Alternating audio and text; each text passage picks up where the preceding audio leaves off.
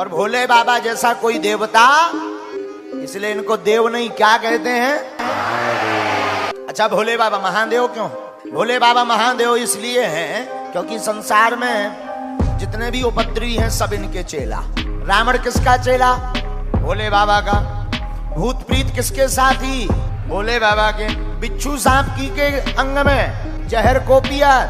अब बताओ, ऐसो कौन देवता देखो तुमने? आज लो समुद्र मंथन की कथा हमने पढ़ी है कि जब समुद्र मंथन हुआ और जब विष निकला जहर, भयंकर हलाहल विष, देवताओं ने कहा कि इसे किसे पिलाया जाए? ब्रह्मा जी से कहा कि तुम पियो, बुढ़ापो आगो तुम आओ, सफेद दाढ़ी हो गई, पी लो। ब्रह्मा जी बोले अगर हमने पी लो कहूं टबक गए तो सृष्टि कौन बनाएगा, इसलिए हमें छोड़ो। और जब ब्रह्मा जी ने नहीं पिया तो कहा विष्णु भगवान से आप पियो।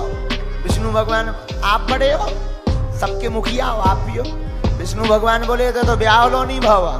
कछु देर बाद लक्ष्मी जी प्रकट होने फिर होने बेबाय, हमें ना पिलाओ को वो और देखो।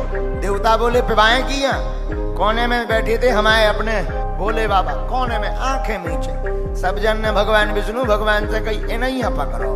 पहुंच गए सरकार, हे भोलेनाथ आपके जैसा तो कोई दूसरा देवता ही नहीं है, इसलिए आप देव नहीं महादेव। भोले बाबा समझ गए, बोले मस्करी मत मारो, सीधो सीधो बताओ क्या करना। देवता बोले सरकार विष निकलो विष।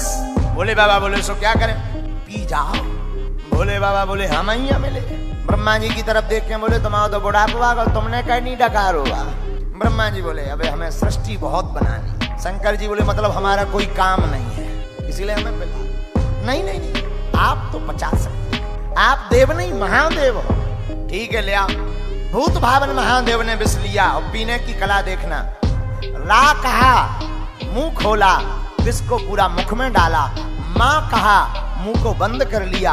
पीना चाहते थे पर सोचा हृदय में राम जी बैठे हैं, वो जल जाएंगे और बाहर अगर निकालेंगे तो पृथ्वी जल जाएगी। अब करें क्या?